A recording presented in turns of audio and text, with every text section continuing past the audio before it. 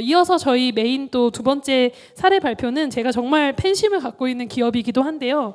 사실 성수동을 되게 멋진 도시로 만드는데 되게 큰 지분이 있는 회사가 아닐까라는 생각을 합니다. 바로 프로젝트 렌트라는 곳인데요. 여러분도 아마 이분들이 만드신 기획과 팝업 전시, 프로젝트 공간들에 한 번쯤 방문해 보셨을 수도 있을 것 같아요. 이 강연을 들으실 때 포인트는 어떻게 보면 예전에는 크리에이터들이 막 건물의 가치를 높여놓으면 둥지 내몰림 당하고 이런 1세대 모델을 생각하실 텐데, 이제는 오히려 건물보다 컨텐츠의 가치가 더 높아져서 건물을 오히려 도화지처럼 플렉서블하게 활용하는 그런 어떤 모델로서 프로젝트 렌트의 프로젝트를 들어보시면 좋을 것 같습니다. 우리 최현석 대표님 앞으로 모시겠습니다. 큰 박수 부탁드립니다.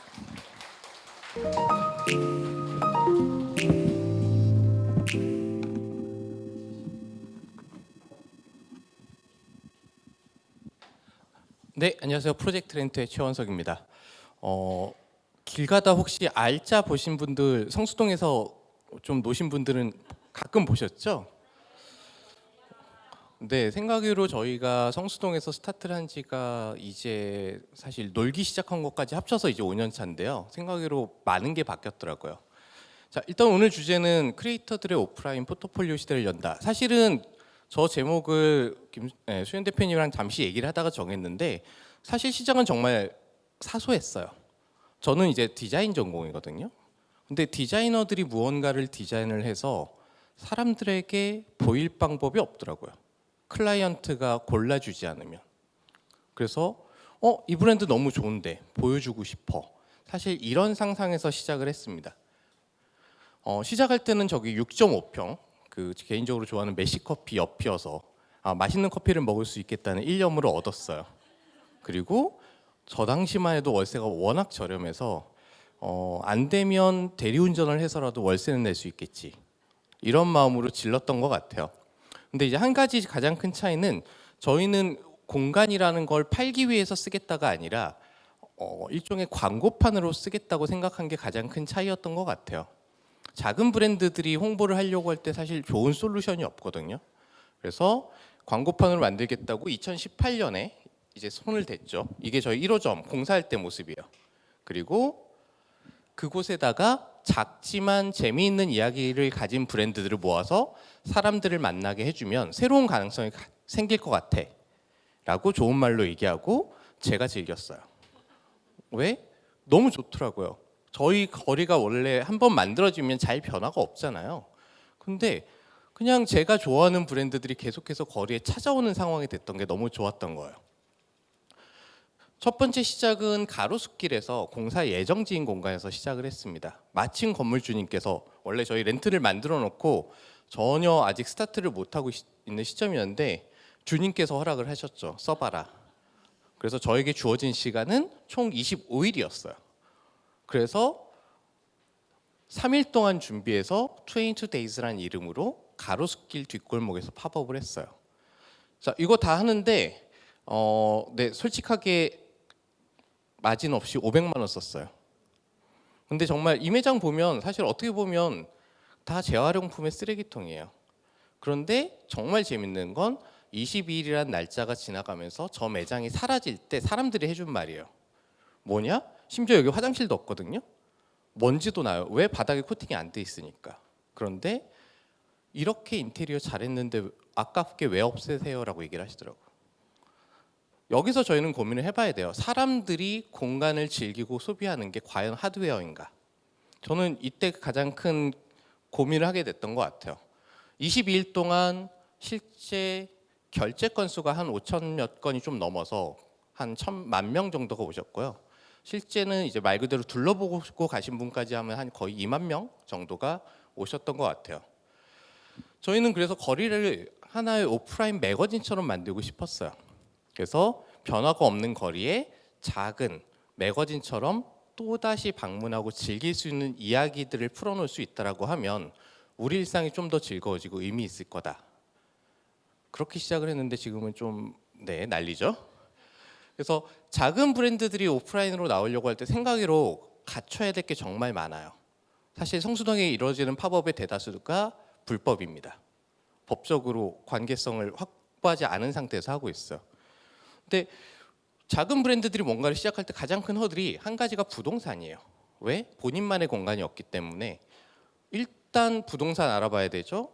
임대료, 보증금, 인테리어비 벌써 억 단위가 넘어버려요.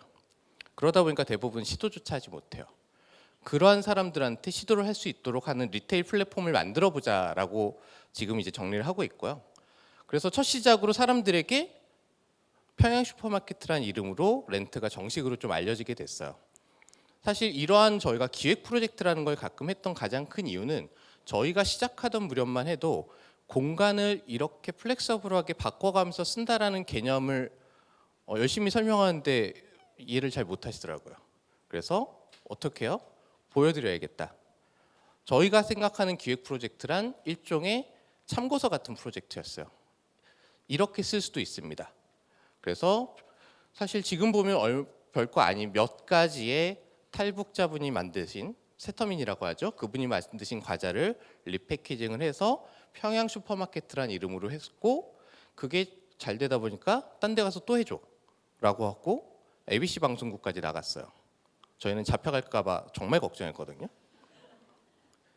자, 그리고 나서 이제 2019년도가 되니까 저희가 쓰려고 6.5평을 만들었는데 저희가 공간을 쓸 틈이 이제 없어지기 시작하더라고요. 그래서 안 되겠다. 하나 공간을 더 만들자. 그래서 2호점을 할 때 아마 제일 떨었던 것 같아요. 무엇을 낼 수 있을까? 이러면서. 그렇게 하고 자, 그런 식으로 해서 이제 저희가 2호점, 3호점 지금은 성수에 한 6개 정도의 공간을 가지고 있고 다른 지역까지 하면 한 8개 정도의 공간을 운영을 하고 있어요. 그리고 이 공간들은 새로운 실험을 하거나 아니면 새로운 매장을 만들고 싶으신 분들이 테스트하기에 그렇게 부담스럽지 않은 공간이 되도록 설계를 했죠. 아까 말씀드렸던 기획 프로젝트 중에 일부로 이거는 우보농장의 이근희 농부님이랑 했었던 쌀집. 네, 제 중학교 때 적성에 쌀집이 있더라고요. 농부. 자, 그리고 이건 부산에서 찾아가서 부산의 이야기들을 모아서 보여주자라고 했었던 렌트 부산이었고요. 그다음에 이건 한국관광공사랑도 지역에 있는 재밌는 상품들을 리패키징해서 하나의 스토어로 보여주면 좋을 것 같아요라고 해서 만들었었던 로컬로. 그다음에 생각으로 많은 분들한테가 인기가 있었던 부산의 스페셜티 커피 브랜드들을 모아왔던 부산 커피 위크. 지금도 가끔 저거 왜 또 안 하냐고 부산 가서 컴플레인 하시는 분들이 있어요. 그리고 이거는 현대자동차랑 했었던 프로젝트들도 있고 이건 재밌었던 건 이 거리에 저희가 4개의 매장을 가지고 있는데 4개의 매장을 동시에 다 썼어요. 다 서로 다른 이야기로. 그리고 부총장님 안 계시니까 몰래 불법 퍼레이드를 했죠. 올드카 퍼레이드를 했어요. 그리고 아마 대외적으로 저희를 제일 많이 알려주셨던 건 평양 슈퍼마켓과 함께 성수당이라는 프로젝트였던 것 같아요. 코로나 때 한참 사람들이 스트레스를 받고 있을 때 뭐 할까 하다가 그래 어차피 불안하면 점이라도 봐야지. 그래서 무형문화재 무당 선생님을 모시고 점집을 냈어요. 자, 요즘 팝업에 대해서 뭐가 성공이야라는 질문들을 정말 제일 많이 하시고 방문객 수가 많이 오면 성공 아닙니까라는 얘기를 하는데 저는 항상 이 케이스를 들어요. 이 프로젝트는 전부 다 예약제였기 때문에 실제 점을 보신 분은 한 24분, 5분밖에 안 돼요. 그리고 총 방문객 수는 2주 동안 한 200명이 안 되실 거예요. 자, 그럼 이건 실패한 팝업인가? 근데 저희를 알리는 데 있어서는 지금까지 했었던 그 어떤 팝업보다 퍼포먼스가 좋았어요. 와, 저런 미친놈이 있구나. 점집을 내네, 팝업으로. 그렇게 사람들에게 저런 방식으로 공간을 쓸 수 있다는 가능성을 알리는 데 있어서는 오히려 성공적인 프로젝트였던 것 같아요. 지금까지는 저희가 한 250여 회 정도 저희 공간을 통해서 저희가 직접 하기도 하고 다른 브랜드들이 같이 하기도 하고 팝업들을 하고 사실 성수동 팝업의 역사는 분기점이 몇 번이 있어요. 그 이후로도 이제 계속해서 팝업을 했는데 팝업의 효과에 대해서 물어보시는 분 재밌는 거는 일단 저는 설명드릴 때 노출 고객 1트래픽이 지금은 이게 2019년 데이터거든요. 그러면 서울 숲길이 아무리 안 가도 월 30만에서 40만이 돌아다녀요. 그럼 CPC로 따지면 500원으로 따져도 한 3억, 4억 정도는 돼요. 요즘 온라인 광고 보시나요? 나쁘지 않아요. 그 다음에 단위 면적당 매출도 예를 들어서 설명을 드리는데 애플 스토어가 단위 면적당 5,500불 팔아요. 단위 면적당 최대로 파는 게 애플스토어예요. 그런데 저희 쪽에서 했었던 모 브랜드가 6.5평에서 단위 면적당 5,100불 파셨어요. 자, 더 이상 세일즈에 있어서도 인테리어가 얼마나 잘 됐느냐가 본질은 아닌 것 같아요. 결국은 사람들이랑 어떤 이야기를 하고 어떤 가치를 전달할 거냐가 본질인 거죠. 이런 것들은 좀 더 설명을 드릴 거고, 그동안 저희랑 파업했었던 브랜드 중에 제일 여러 가지 재밌는 사례가 있는데 제일 재밌는 사례는 이런 것 같아요. 베이브라는 AB 인베브의 캐나인 브랜드가 있는데 성수동에서 처음으로 팝업으로 저 브랜드를 알렸어요. 그리고 이 브랜드는 오프라인 이벤트만 하고 10개월 동안 돌아다녔어요. 그런데 목표 세일, 마켓 세일즈의 550%를 하신 거예요. 그래서 이 프로젝트 시작할 때 만났던 담당자분이 신임 여자 과장님이셨거든요. 10개월 뒤에 다시 팝업을 하시겠다고 오셨는데 명함을 딱 주시는데 부장님이더라고요. 그런 게 되더라고요. 요즘도 대기업인데 나름. 자, 그래서 저희는 이 공간 하나부터 시작해서 거리를 하나의 미디어화하는 일들을 하고 있습니다. 중요한 건 브랜드와 소비자들이 커뮤니케이션하는 방식이 바뀐다라는 점인 것 같아요. 왜냐하면 저희끼리 이렇게 했으면 아마 논다라고 생각하실 수도 있는데 여러 가지 환경의 변화로 이게 비즈니스적으로 이펙트가 있다라고 사람들이 느끼기 시작했어요. 자, 볼까요? 공간이라는 건 뭐라고 생각하세요? 저는 아까도 말씀드렸다시피 하드웨어가 중요하다고 생각하지는 않아요. 공간이라는 건 저한테는 TV 상자 같은 거예요. 자, TV를 살 때 뭐가 제일 중요하죠? 사모님의 허락이 제일 중요합니다. 일단 허락을 맡아야 될 거 아니에요. 그런데 이거 남자의 입장으로 말씀드린 겁니다. TV를 왜 바꾸려고 하는데라는 질문에 공부를 하려고라고 하면 어떤 답이 나올까요? 집에 있는 모니터 써.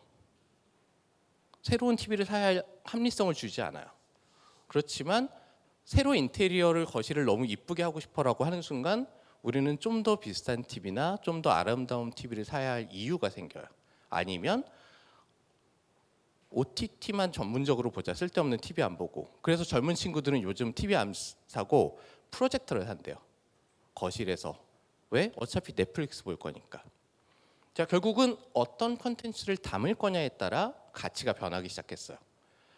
TV, 기업들이 가장 많은 비용을 쓰는 게 소비자와의 커뮤니케이션, 마케팅 비용이에요.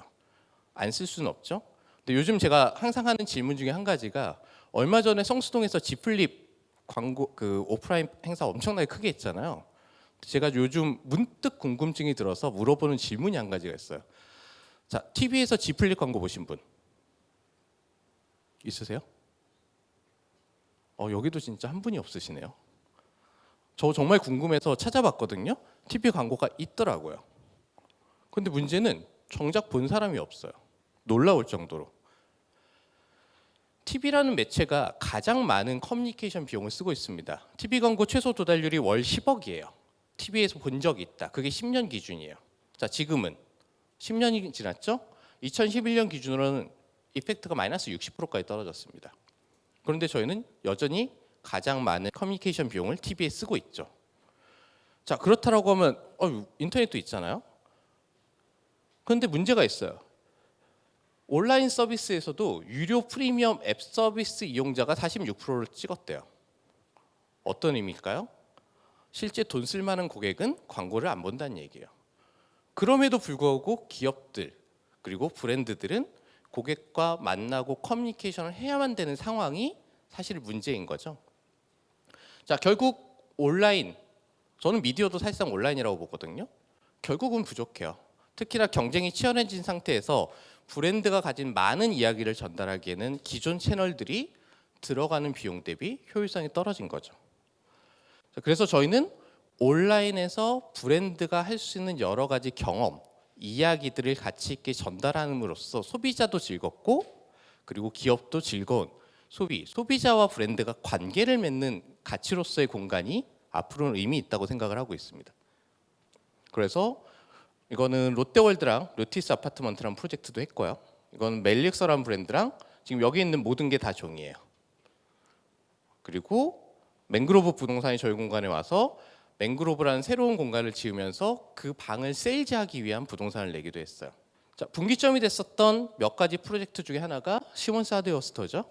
시몬스 하드웨어 스토어가 아마 6주 동안 한 10,000명 정도 방문했다고 들었어요.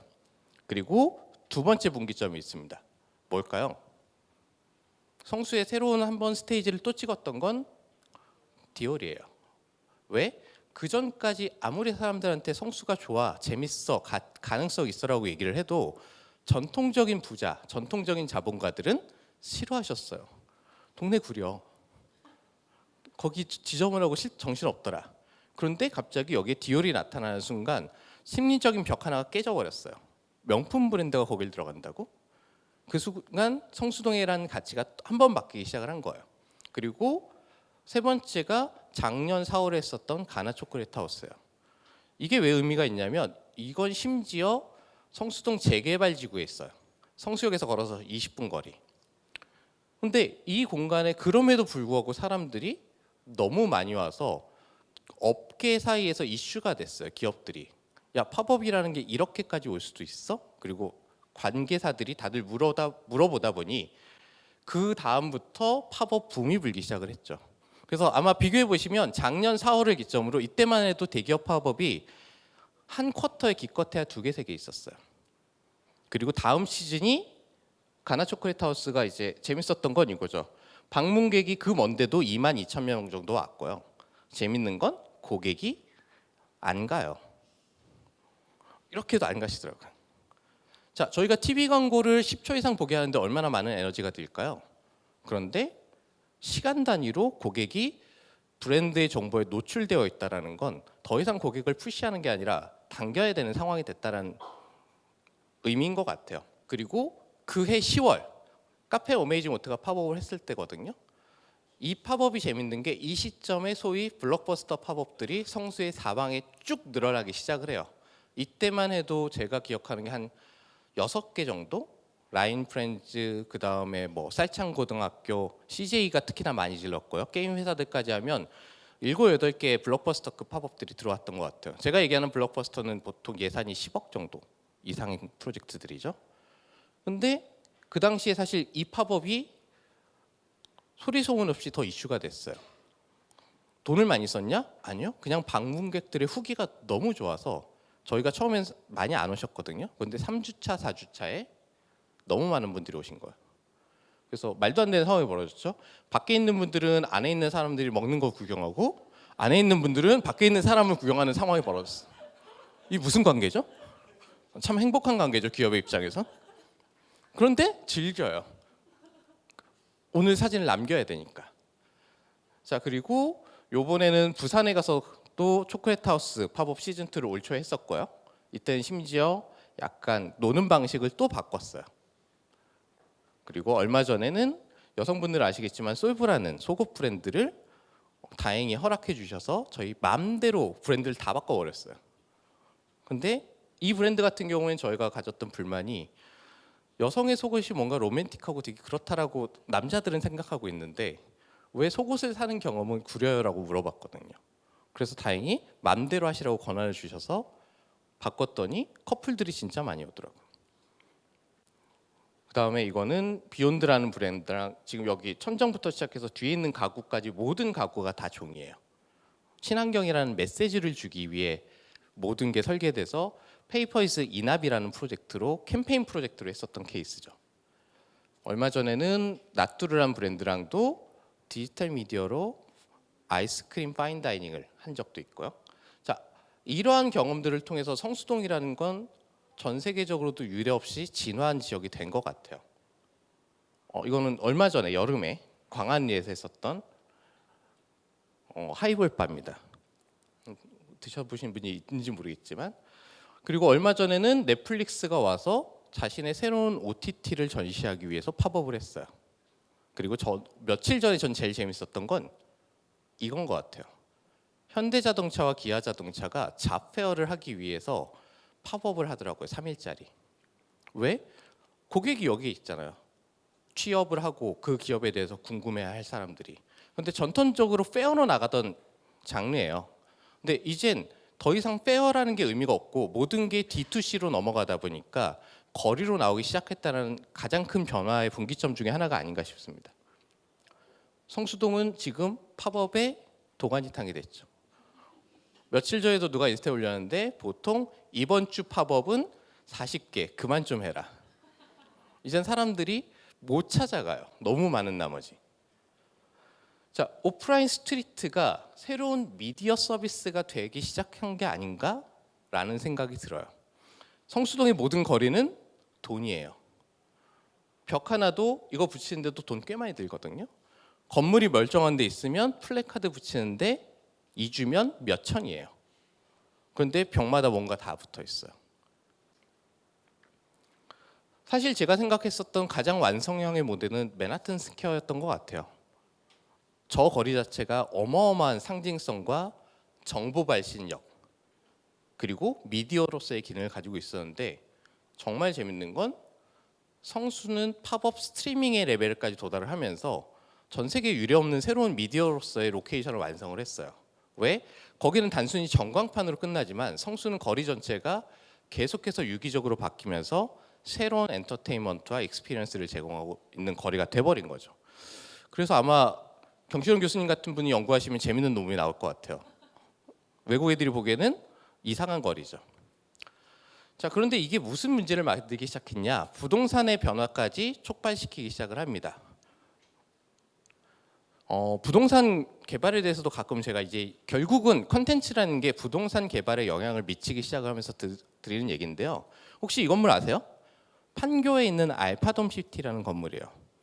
이 건물이 어마어마한 스케일이고 여기 들어가 있는 상가만 해도 수백 개가 넘는데 만들 때는 어마어마한 이슈였어요.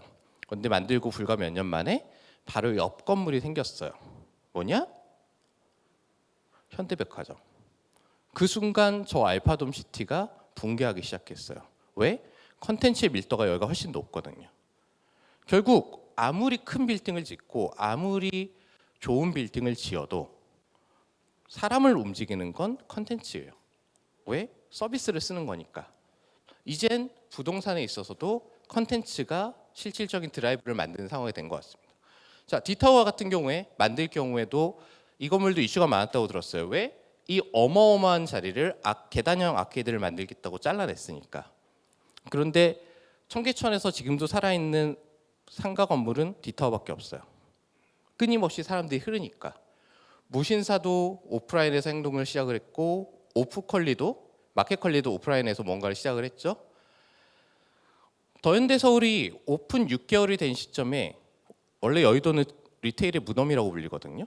그래서 사람들이 궁금해했어요. 과연 6개월이 지나도 버틸 수 있는가. 그리고 6개월이 지난 시점에 트래픽이 분명히 멈추는 시점이 있었는데 결국 더현대서울은 이 시점에 팝업을 기반으로 정보를 발신하기 시작을 했죠.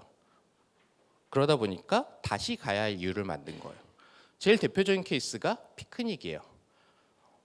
접근성이 최악인 위치임에도 불구하고 1년에 여전히 두세 번쯤은 요번에 피크닉 전시 좋더라 라고 우리를 다시 가야 할 이유를 부여해줘요. 그게 정보 발신력이라고 저는 생각을 해요. 이제는 부동산 사용에 있어서 방식이 바뀌기 시작을 했어요. 왜? 컨텐츠 베이스니까요. 예전에는 픽스드 컨트랙트, 공간을 한번 계약을 하면 거기가 확정이 됐어요. 10개의 브랜드가 있으면 10개의 매장이 필요했어요. 그런데 건물주들은 깔세라고 싫어했죠. 템포러리하게 쓰는 걸. 그런데 세상이 바뀌었어요. 팝업 스토어가 이슈가 되면서 이제는 더 이상 공간 점유가 필수가 아닌 시대가 돼버린 거예요. 이젠 10개의 브랜드가 있어도 공간은 한두 개가 있어도 충분한 상황이 됐어요. 예를 들면 패션 브랜드는 1년에 2번만 공간이 있으면 돼요. 왜? 시즌은 2번밖에 없으니까. 예전에는 그걸 다 유지하고 있었단 말이에요. 그러다 보니까 관계성이 변합니다. 예전에는 필수였는데 이젠 있으면 땡큐. 더 이상 끌려다니지 않기 시작을 해요. 자, 얼마 전에 무신사 같은 경우에는 무신사 스퀘어라고 해서 무신사에 입점한 브랜드들을 위한 팝업용 공간을 한 20-30여 개 정도 서울시 내에 확보를 했어요. 이젠 브랜드는 필요할 때 빌려 쓰는 거예요. 당연히 어떤 일이 벌어지냐? 공간 비즈니스가 지속 가능한가라는 질문을 이제는 해야 될 시점이 된 거죠. 왜? 공간이 남기 시작했거든요. 결국 저희가 활성화된다는 건 부동산이 유동화되기 시작한다는 의미예요. 자, 모든 거리가 팝업이고 성수만 그러냐? 이젠 팝업은 홍대, 연남, 압구정, 지방에서도 해요. 부동산을 쓰는 방식이 변했고요. 전통적으로 부동산의 가치는 역세권, 트래픽 위치 기반이었어요. 그런데 자세히 보시면 여기가 비싼 이유는 이 위치에 있으니까 사람이 많을 거야라는 개연성 한 가지 때문이었습니다. 그런데 이젠 좋은 컨텐츠면 거리와 상관없이 사람들을 부르기 시작을 해요. 그러면 부동산의 가치가 더 이상 위치로 결정되지 않는 상황이 된 거죠. 저희 같은 사람들끼리는 모여서 다른 동네에도 어느 이상만 투자하면 무조건 사람들은 몰려올 거야라고 얘기들을 해요. 이젠 오히려 컨텐츠 베이스의 기획 부동산이 움직일 수 있는 가능성까지 열린 것 같아요. 결국 그 부동산이 중요한 게 아니라 그 공간이 얼마나 많은 정보를 발신하고 얼마나 많은 고객의 시간을 잡아들 수 있는가가 새로운 부동산의 가치로 변하는 것 같습니다. 그리고 이게 부동산의 문제냐? 아니요. 모든 브랜드가 오프라인에서 추구해야 될 부분은 이 부분인 것 같아요. 실제 부동산적으로 가치를 한번 봤거든요. 이거는 공시지가 기준으로 최근 3년간이에요. 성수동 지가 상승률 69%, 영도 54%, 대전 소재동 84%. 물론 실질로 따지면 여기에 한 3배에서 4배 정도 더 올랐을 거예요. 결국은 컨텐츠가 트래픽을 모으고 결국 트래픽이 부동산의 가치를 결정하는 시대로 바뀐 거죠. 이젠 건물이 비면 이렇게 붙어요. 임대가 아니라 이게 붙어요. 그러다 보니 건물주의 입장에서도 지속 가능한 부동산 비즈니스가 무엇인가라는 고민을 이제는 해야 될 시기가 된 것 같아요. 자, 강남역 답이었죠. 이 건물이 2019년 이후 단 한 번도 채워진 적이 없대요. 왜? 누가 들어와도 이 땅에서 여기 임대료만큼의 수익을 낼 수가 없는 단계까지 가격이 올라가 버렸어요. 속된 말로 이상한 거 팔지 않으면 임대료 못 내요. 결국 그런데 그러다 보니까 팝업이라는 게 서서히 활성화됐는데 여기에서 한 가지 성수동에는 고민이 생겼습니다. 팝업이 너무 활성화되다 보니까 많아졌어요. 그런데 팝업의 원래 목적이 뭐였을까요? 저희가 생각했던 건 커뮤니케이션이었어요. 브랜드가 가진 이야기와 가치를 사람들과 커뮤니케이션하고 좋은 관계를 맺는다가 본질이었는데 대부분 영업 판촉의 관점의 팝업들이 마구마구 많아지기 시작했어요. 그래서 예전에는 팝업이 좋은 게 하면 사람들이 다 같이 몰려갔는데 너무 많아서 이제 못 몰려가요. 팝업은 사실은 마케팅 커뮤니케이션이에요. 그런데 지금은 체리피커들을 위한 수없이 많은 팝업들이 늘어나고 있죠. 팝업 관련된 모임에 보면 뒤에서 야 어디 가면 뭐 준다더라 라는 게 실시간으로 계속 올라와요. 뭐 받으셨나요? 자, 그게 과연 마케팅 커뮤니케이션 관점에서 고객과 좋은 관계를 맺었는지는 모르겠어요. 그리고 이젠 이 문제가 생겼어요. 과열되다 보니까 얼마 전에 팝업 전문 부동산이라는 게 나타났어요. 그래서 무엇을 컨설팅 하시는지는 저도 궁금해요. 조만간 뵈려고요. 그럼 어디까지 알아보고 오셨나 물어보시겠죠? 어디를 팝업하는 걸까요? 며칠 전에 제가 인스타에 올렸던데 사람들이 다 여기일지 몰라가 43%였어요. 근데 이걸 사람들이 여기일지 몰라라고 40%나 생각했다는 건 과열됐다는 의미예요. 상식적으로 여기면 이상하겠죠? 그러다 보니까 팝업을 위해 거리가 비기 시작했어요. 저희가 시작할 때는 저희의 공간의 점유율은 연간 90%대 육박했어요. 근데 지금은 대안 공간이 많이 생기고 그러다 보니까 그 공간의 회전율이 떨어지기 시작을 했죠. 그러면 결국 오프라인은 두 번의 시즌, 봄 3월에서 5월 그리고 9월에서 11월 사이 이 두 개의 시즌을 중심으로 운영이 되는데 나머지 시간에 거리가 이렇게 비는 게 생기기 시작한 거예요. 원래는 여기서 올라간 그 흐름, 스트림을 이용을 해서 좋은 브랜드들이 계속해서 거리에 들어와서 다이버시티, 다양성을 확보해줘야 되는데 건물주들이 본격적으로 참전을 하시면서 거리가 비기 시작했어요. 저는 이게 성수가 다시 한번 고민해야 될 새로운 문제인 것 같아요.